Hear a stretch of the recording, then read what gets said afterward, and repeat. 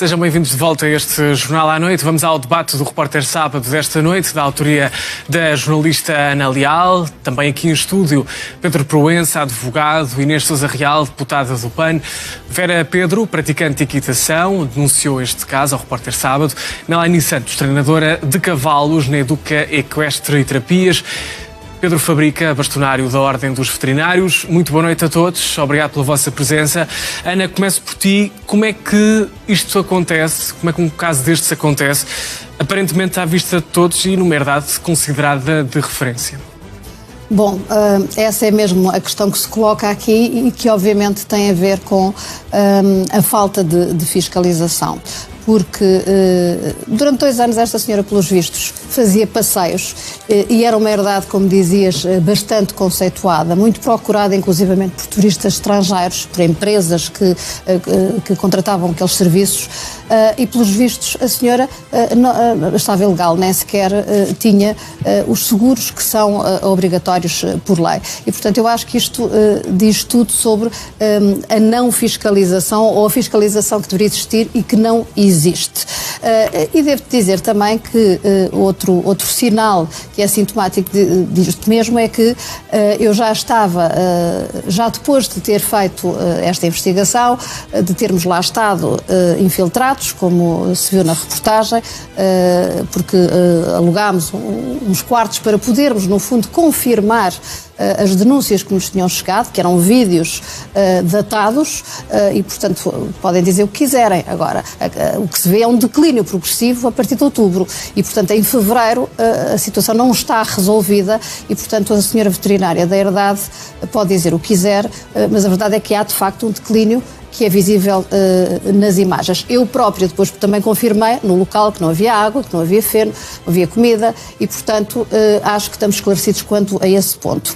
Mas dizendo o que, não perdendo o fio à meada, para dizer precisamente a questão de que é sintomático desta falta de fiscalização e, enfim, e do que da própria legislação que não está a dar resposta a situações como esta, é que o que acontece é que eu, já depois de ter lá estado, soube que 2 dias antes de haver uma inspeção à herdade, eu soube por outras herdades que ia haver, portanto, que a GNR ia-se lá deslocar. Ora, num meio pequeno, eu acho que isto diz tudo. Portanto, puderam fazer o que quiseram, não tenho provas, mas a verdade é que foram avisados, porque eu soube que ia haver uma inspeção e, portanto, se quisessem reunir provas, dificilmente o poderiam fazer. Quanto muito, porque também tem a ver com a legislação que nós temos em Portugal, pelo facto de os maus tratos a cavalos não serem considerados crime no nosso país, apenas os animais de estimação, como se sabe, os animais de companhia, estamos de mãos atadas, porque a GNR foi lá, quer dizer, a proprietária sabia que ia lá, foram lá, que iam lá, e por outro lado, penso que se fizeram alguma coisa, limitaram-se a passar coimas e andamos assim. E já vamos falar precisamente sobre essa questão também com o Pedro Proença e Inês Sousa Real, deputada do PAN, que está aqui presente em estúdio. Agora também larga a conversa aqui nesta mesa a Melanie Santos, que peço desculpa, já vou aqui à Melanie, mas queria ir assim, a Vera, que é praticante de equitação, está aqui nesta reportagem, como vemos. Quando é que percebeu que algo de errado se passava aqui nesta herdade e que havia tantos cavalos maltratados, como vemos nestas imagens, que não deixam margem para dúvidas? Eu já frequento a herdade desde 2024 e, entretanto, no fim do ano passado, 28 de dezembro, eu decidi passar uns dias na herdade, entre a passagem de ano e o Natal, aliás, ao contrário, e fiquei na herdade, fiz a reserva pelo Booking e foi aí que eu vi o estado em que estavam os animais e que estava a quinta e como estava tudo. Portanto, nessa altura pude ver o estado do Herói, pude ver o estado dos outros cavalos também. E o que é que lhe disseram na altura os funcionários e os proprietários desta herdade? Certamente questionou que os animais estarem assim. O que me foi dito foi que a razão pela qual os animais estarem assim tinham sido os ex-funcionários, mas que entretanto já estava tudo bem e que atualmente a proprietária já estava a fazer tudo para que os cavalos melhorassem e que tudo ia ficar bem. Mas não, como vemos aliás nesta reportagem.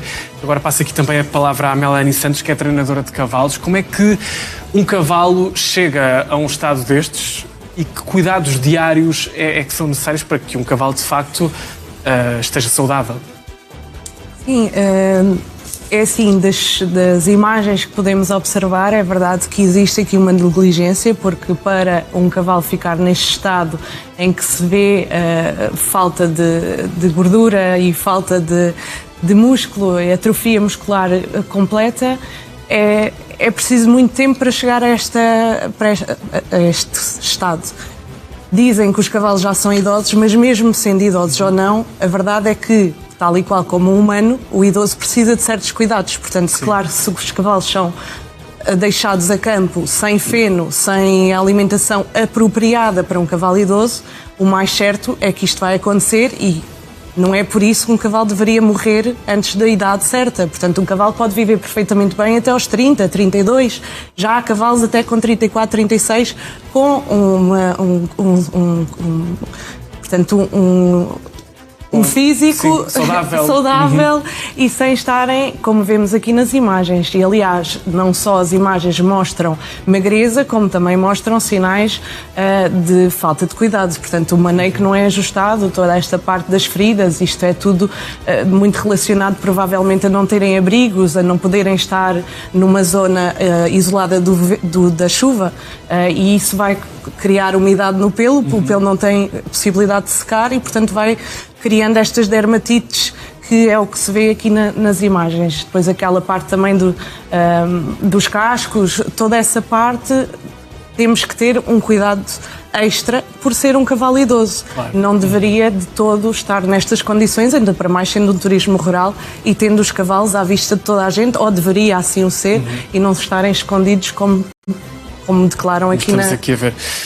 Inês Sousa Real, senhora deputada, boa noite. Obrigado também por estar aqui connosco. O que é que este caso nos revela sobre a fiscalização e sobre a proteção animal em Portugal?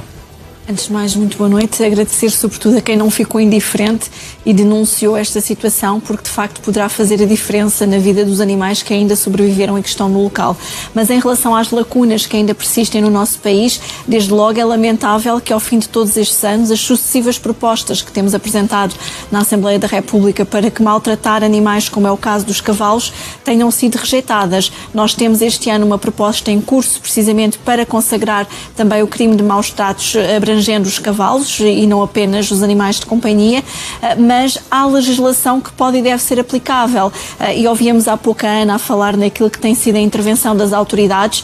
Nós não conhecemos o auto de notícia, mas olhando para estas imagens é gritante que há aqui uma violação da Lei de Proteção aos Animais, que proíbe de forma expressa qualquer tipo de situação que ponha em causa o bem-estar dos animais, a ausência de prestação de cuidados de saúde, cuidados médico-veterinários, e apesar de não ser crime, constitui contornação.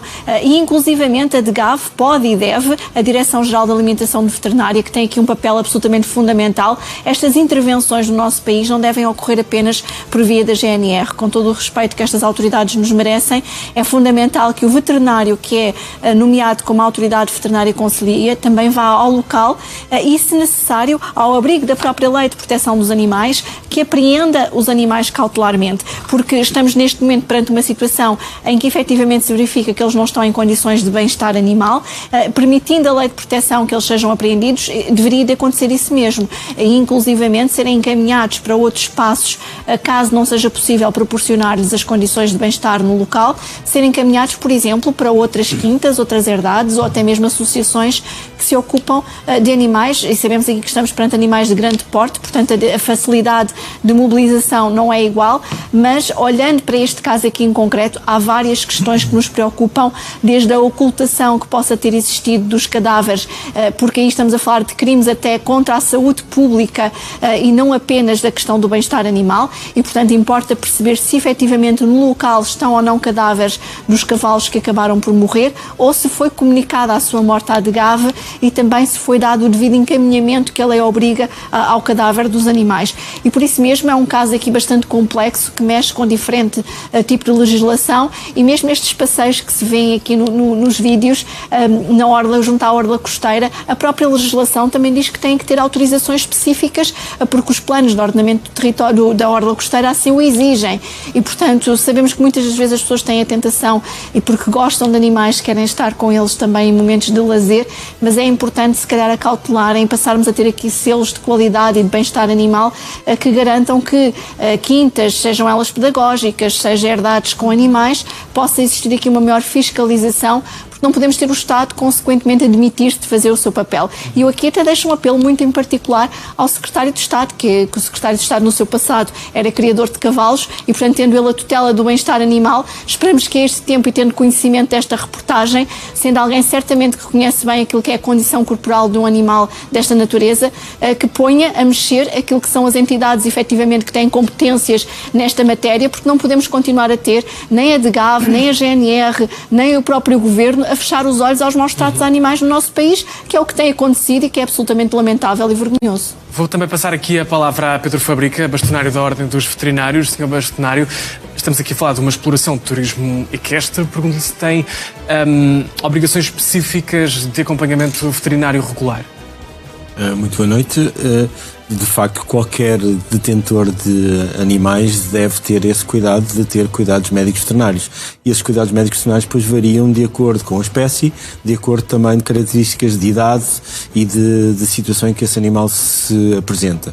E daí, obviamente, aquilo que aqui foi referido, o fator idade também, certos determinados animais, nomeadamente dos cavalos, obrigam uma regularidade de assistência médico-veterinária também que é variável de acordo com a idade do animal. Portanto, e nesse aspecto também a adaptação da alimentação, do tipo de camas, etc., que estes animais têm. Agora, gostaria também de referir, e obviamente estas peças são importantes para estas denúncias, mas também gostaria de partilhar que já há alguns anos estas situações por vezes são identificadas, e eu conheço exemplos no Algarve em que as próprias autarquias têm protocolos com médicos veterinários e também com o apoio da GNR, em que fazem intervenções efetivas e que esses animais são retirados, cavalos são retirados quando são detectadas as situações e são removidos e são colocados noutra parte, ou seja, é aplicada a sanção acessória que neste momento a Lei de Proteção Geral permite, para além das coimas, fazer às espécies pecuárias, nomeadamente aos cavalos. Portanto, é uma medida também que conseguimos isolar imediatamente quando o animal está numa situação mais limite e que não podemos resolver, ou de uma forma pedagógica, perceber que a pessoa que tem este animal, porque é que realmente não está a prestar os cuidados devidos. Portanto, e essa é uma pergunta. A outra questão das entidades competentes. De facto, várias entidades podem estar envolvidas e são responsáveis pela aplicação desta lei geral. E, obviamente, o médico veterinário municipal, por exemplo, tem aqui um papel também muito importante, dizendo também que nem todos os municípios têm médico veterinário municipal, e também a estrutura de apoio, ou seja, por vezes o que acontece é que mesmo a GNR ou mesmo a DGAV falta-lhes uma segunda linha onde colocar estes animais. Já vou voltar também aqui a falar consigo. Doutor, também não me leva a mal, nós a seguir vamos continuar este debate. Vou pedir-lhe uma resposta rápida, num minuto. De facto, que crimes é que podem estar aqui em causa, sem falar já da questão dos seguros que podemos deixar para a segunda parte? Pois, boa noite a todos. O lamentável aqui é que estamos aqui perante um quadro em que só se aplica um regime administrativo. Basicamente não há um quadro penal para esta situação. Agora, como disse o Sr. bastonário, com alguma razão, há aqui possibilidade de aplicar regimes administrativos não só no plano das coimas, como das sanções acessórias, que é obviamente aquilo que me parecia mais adequado neste caso, que é literalmente salvar os cavalos que que estão ali naquele campo de concentração, porque aquilo é um campo de concentração. Com certeza que há ali valas comuns com cavalos, aquilo já me parece mais herdado da ferradura triste do que propriamente herdado do pessegueiro, mas é lamentável que esta situação decorra aparentemente já há algum tempo e que estes animais, ao contrário dos trabalhadores, que quando não são pagos podem ir embora, vimos ali na reportagem o tratador que ao fim dos meses sem receber se foi embora, os animais não podem ir embora, como é óbvio. Tal como também é preciso dizer isto, bem sei que algumas suscetibilidades podem ser mais ofendidas, que a partir dos advogados também, os cavalos também não têm advogado, portanto tem que ter alguém que faça as perguntas por eles. E este é o trabalho desta investigação. E portanto, como os cavalos não têm ninguém que faça perguntas por eles, ao contrário dos senhores veterinários, dos senhores tratadores, dos senhores proprietários, este trabalho é perfeitamente legítimo, custa quem custar. Coisa real, agora passo-lhe a palavra. Sei que também queria fazer aqui um comentário às palavras do bastonário da Ordem dos Veterinários. Sim, porque efetivamente nós não podemos esquecer-nos, e foi aqui mencionado, que os crimes contra animais de companhia tiveram aqui um percurso sinuoso em que foi colocada em causa a sua constitucionalidade, mas é importante que fique bastante claro para quem nos acompanha lá em casa que o Tribunal Constitucional já veio dizer que é constitucional o regime legal que alterou o Código Penal e que declarou que maltratar um animal de companhia é crime, ou abandoná-lo, ou por qualquer circunstância provocar a sua morte, pelo que nós estamos aqui em causa e a discutir na ausência de criminalização dos maus-tratos ou do abandono ou da morte de cavalos, é única e exclusivamente a falta de vontade política da Assembleia da República para criminalizar estes maus-tratos. E isto é muito importante ser dito porque eu recordo-me que durante os anos em que houve esta dúvida se era ou não constitucional as normas que estavam em vigor no Código Penal, houve muitos processos indevidamente a serem arquivados até pelas próprias autoridades e daí este esclarecimento. Nós temos sim um caminho aqui a fazer de melhoria, como é evidente, das normas que protegem os animais. Há a Lei de Proteção aos Animais, e orgulho-me até por ter sido autora da proposta que alterou e que consagrou as coimas que agora hoje estão previstas na Lei de Proteção aos Animais. É fundamental que a DGAV envie uma autoridade veterinária ao local para que possa fiscalizar o bem-estar destes animais, até porque há aqui uma particularidade, se me permitem, é que bem sabendo que há uma empresa, que é a Cavalos e Natureza Unipessoal Limitada, uma pessoa coletiva que explora, no fundo, estas atividades turísticas com animais, no local, é importante nós também percebermos se ou não a DGAV já enviou para lá alguma entidade para fiscalizar, por um lado, mas por outro, se há uma cedência de um terreno que pertence ao Estado, através de um contrato de arrendamento para estas pessoas. E neste terreno que é do Estado estão a ser alegados maus-tratos a serem praticados contra animais, faz muita confusão como é que o próprio Estado não fiscaliza e não tem aqui uma maior capacidade de intervenção para salvaguardar o bem-estar destes animais. Eu recordo que os cavalos, eu não sou médica veterinária, portanto não quero entrar nesse domínio, mas sendo conhecimento comum que são animais muito sensíveis, que qualquer lesão pode pôr em causa a sua estabilidade, quer física, quer emocional, parece-me que é de facto urgente a intervenção das autoridades no sentido de eles serem apreendidos, podem até continuar no local desde que alguém fique encarregue e responsabilizado de assegurar a sua alimentação e os seus cuidados médico-veterinários, porque a Lei de Proteção aos Animais, mas também a legislação aplicável aos equídeos permite isso mesmo. Agora, que não se possa pôr aqui em causa um regime que já existe desde 2014, a lei que criminalizou os maus-tratos a animais de companhia já vigora em Portugal há mais de uma década. A vizinha Espanha tem a criminalização contra outros animais e desde 2017 que temos o estatuto jurídico próprio de todos os animais, que inclusivamente diz no seu artigo 1305A que os proprietários dos animais têm a obrigação de salvaguardar o seu bem-estar, isto é, assegurar a sua alimentação, a água, os cuidados médico-veterinários e que não podem de forma nenhuma praticar atos que sejam lesivos do seu bem-estar.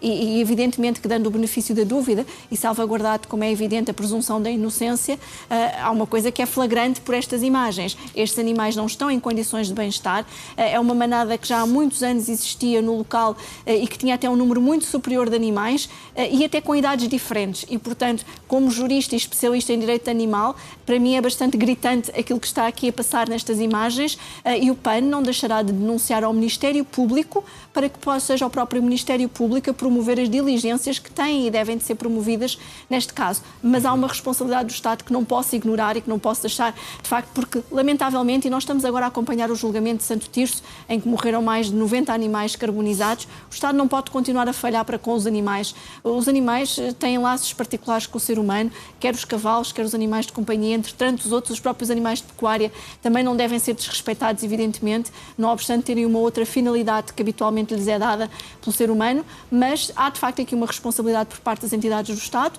em particular num terreno que é do próprio Estado. Eu queria também passar aqui a palavra ao Dr. Pedro Proença, mas vejo também que a Vera está muito, muito emocionada, aliás, está a chorar. Gostei-lhe muito de olhar para estas imagens, porque também criou este tal laço com estes cavalos, como dizia a Inês de Sousa Real. É triste ver cavalos que já tiveram tão bem e que já brilharam tanto e que já fizeram tanta gente feliz, estarem assim, vê-los assim neste estado. É muito difícil. O que é que espera que seja feito? Sobretudo que se salvaguarde o bem-estar deles, seja ali, seja no outro lado qualquer, mas que possa estar pessoas a olhar por eles como deve ser, que eles possam receber os cuidados que necessitam e quem sabe em breve voltarem a ser os mesmos cavalos que eram. E é isso que eu desejo para estes cavalos, que não sofram mais, que não tenham que passar mais. Que seja aqui também muito, muito difícil falar, porque de facto tem está afeiçoada de facto a estes animais. Dr. Pedro Proença, estamos aqui a falar das questões legais. As autoridades podem ordenar a retirada imediata destes animais e de uma propriedade como esta, onde são claramente vítimas de maus tratos? Obviamente, e sobretudo depois deste trabalho, menos razões existem para não haver uma intervenção. E há diversas entidades. Nós somos um país muito rico em entidades com competências paralelas e quase concorrentes nesta matéria, mas até no plano municipal, a Câmara de Sines, através da Autoridade Veterinária Municipal, pode fazer isso e certamente, e já há pouco estava aqui a falar com a nossa convidada, há de haver alguém que estará disposto a acolher estes animais. Mas deixa-me só aqui dizer 3 ou 4 coisas muito rapidamente. Primeiro, para denunciar aquilo que eu considero uma hipocrisia comercial tremenda em torno deste caso. Deste caso e de outros, porque nós estávamos aqui há pouco em off também a comentar que, infelizmente, isto é uma realidade que não é única no nosso país. Há muitos casos destes. E acho, de facto, degradante pessoas que vendem experiências com cavalos tratarem estes animais como consumíveis descartáveis. É a forma como estes animais estão a ser tratados. É como consumíveis descartáveis. Depois também deixa-me dizer, também muito rapidamente, que há aqui outra questão que ainda não foi aflorada neste debate, que tem a ver com a questão do turismo. Isto é, esta atividade também está licenciada no plano das autoridades com responsabilidade na área do licenciamento das atividades turísticas como turismo de natureza.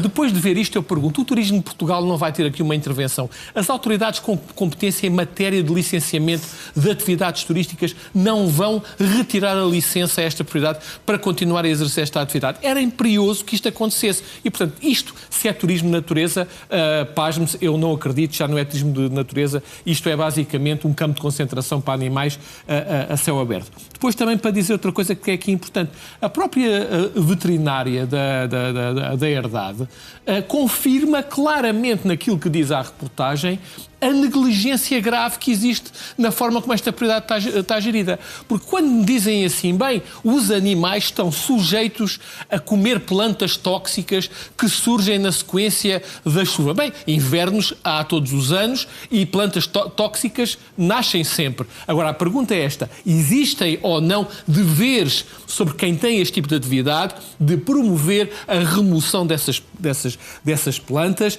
e de fazer o tratamento dos pastos para evitar que estes animais adoeçam? Existe. E, portanto, se estes animais adoeceram por causa do consumo destas plantas, não é por culpa da chuva ou por culpa do inverno. Claro. É por culpa de quem desleixou o seu acompanhamento, quem desleixou o tratamento do pasto e permitiu que estes animais comessem estas plantas. Portanto, não vamos atirar aqui a culpa para São Pedro e para a natureza. E depois há aqui outra questão também que era imperioso apurar, basicamente, é como é que estes animais foram enterrados ali ali naquela propriedade. Há regras para isto. Há regras técnicas para o enterro destes animais que têm que ser cumpridas e que têm que ser verificadas. Portanto, se efetivamente, eu não sei se esta senhora veterinária de alguma forma acompanhou o eutanasiar destes animais, o abate destes animais nestas circunstâncias, zelou de alguma forma para que estes animais fossem enterrados ou entregues primeiro a autoridades com competência para isso, ou enterrados em condições sanitárias adequadas. Eu penso que também é uma competência do veterinário assegurar isso. E está aqui o Sr. Bastonário, que não me vai deixar mentir, recai sobre um veterinário o dever deontológico de denunciar às autoridades situações de que tem conhecimento. Agora, resta saber, obviamente que nós não sabemos, se de facto houve aqui conhecimento destas situações e conhecimento que devia ter sido denunciado e não foi denunciado. E, portanto, se estes animais foram enterrados impropriamente, portanto, à partida tem que ser investigado, certamente. Tem que ser investigado, até eventualmente pela própria Ordem dos Veterinários, que no âmbito de uma investigação preliminar pode querer saber exatamente se foram aqui cumpridos ou não os deveres deontológicos. E depois, finalmente, para dizer o seguinte, quer dizer, eu estou aqui semana a semana, sábado e domingo, a comentar estes casos e continuamos exatamente no mesmo patamar e no mesmo tipo de problemas que se revelam extensíveis a todas as áreas da atividade do nosso país. Pergunto, como é que é possível uma situação destas? E eu espero, muito sinceramente, que temos aqui a senhora deputada Inês Sousa Real, Sim. temos aqui pessoas que são muito interessadas nesta realidade. Isto não pode acontecer. Estamos a falar de seres sencientes, é isso que a Lei de Proteção dos Animais nos diz. Estamos a falar de animais. Eu até me custa tratá-los, às vezes até por animais. Às vezes até me dá vontade de tratar por animais aqueles que tratam destes animais, para dizer a verdade. Mas a questão é que estes animais acabam por ser muito mais humanos do que as pessoas que são responsáveis por eles muitas vezes. E aquilo que eu lamento, basicamente, é isto. É que, de facto, quem explora estes animais com fins lucrativos não tenha o mesmo sentido de afeto pelos animais que os leve pelo menos a chorar. Sim. Pelos fatos que estão aqui a ser descritos e não tratar estes animais como consumíveis, descartáveis. Sim, como autênticos objetos. Como autênticos objetos, o que é de facto degradante. Como é que, Melanie, pode ser feita agora, enfim, acreditando que estes cavalos vão ser resgatados, vão ser salvos, como é que pode ser feita também aqui, como é que podem ser reabilitados, voltar a ficar saudáveis? Assim, o maneio tem que ser feito de outra forma, portanto, um cuidado melhorizado relativamente àquilo que foi feito até ao momento. Dependendo da idade também de cada cavalo, não é? Temos aqui vários fatores que vão ter que ser vistos. Infelizmente, um cavalo, por ficar demasiado tempo sem alimentação, pode ter aqui algumas recaídas e pode ser muito mais difícil também conseguirmos dar volta à questão. Mas a verdade é que, pronto, isto infelizmente não é um caso isolado e, portanto, eu não vou referir, eu não conheço este espaço. Mas o que está a dizer é que há vários casos destes pelo país fora. Existem muitos casos destes porque não há alguém que venha verificar estas questões. Portanto, qualquer espaço equestre, qualquer sítio que queira abrigar cavalos, não tem propriamente alguém que venha verificar se eles estão a praticar as boas práticas para o espaço ou não. Portanto, tudo pode ficar resguardado e dentro das quatro paredes e ninguém sabe nada. Isto é uma constante e eu própria verifico isto com os meus olhos várias vezes, infelizmente, e daí eu também ter criado o meu projeto de Educa Equestre e Terapias, que é mesmo para consciencializar as pessoas que é necessário haver entendimento sobre a espécie, é preciso conhecer os animais e não é só ter um cavalinho e pensar que é descartável, como na realidade, não é? como qualquer animal. Exato. Portanto, temos um cavalo, é desde o seu início de vida até ao fim. E no fim temos que tratar tal e qual como um idoso humano. Claro, exato. Nós temos muito pouco tempo ainda, quero ir à Ana Leal, sim, para responder, Sr. Bastonário, em 30 segundos. Queria só focar também, nós estamos aqui a focar na parte de criminalização e punição, mas se nós formos a ver, hoje em dia, qualquer pessoa pode ter um cavalo. Será que deveria ser mesmo assim?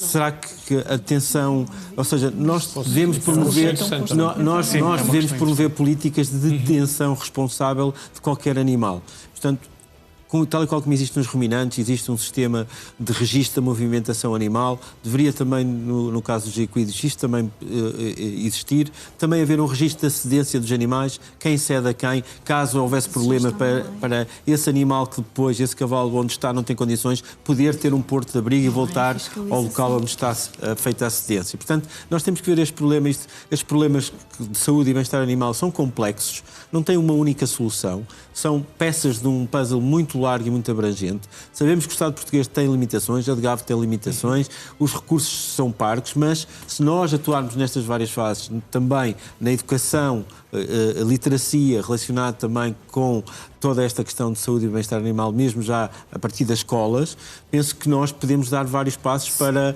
não resolver o problema de facto muitas questões numa noite, sábado à noite. Antes de passar a Ana, deixa-me fazer... nós já estamos fora do 10 tempo. segundos, 10 segundos para dizer. Segundos.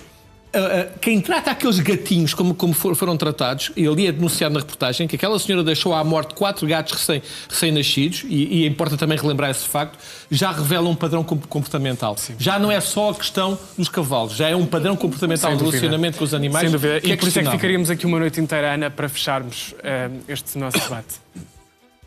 Bom, dizer que espero que, com esta reportagem, que todo este processo de investigação seja mais célere, porque com esta visibilidade eu quero acreditar que isso venha a acontecer. E dizer à senhora veterinária que acompanha esta herdade, pelos vistos, há pouco tempo, ela própria diz que só a partir do verão, que não me intimida com ameaças como que recebi um mail já com a promoção no ar e quase como assumindo aqui o papel de porta-voz da herdade. Portanto, eu estou a falar da veterinária, não estou a falar da proprietária da herdade, que não me intimida e que devia estar preocupada em que, de facto, houvesse uma solução rápida para esta situação.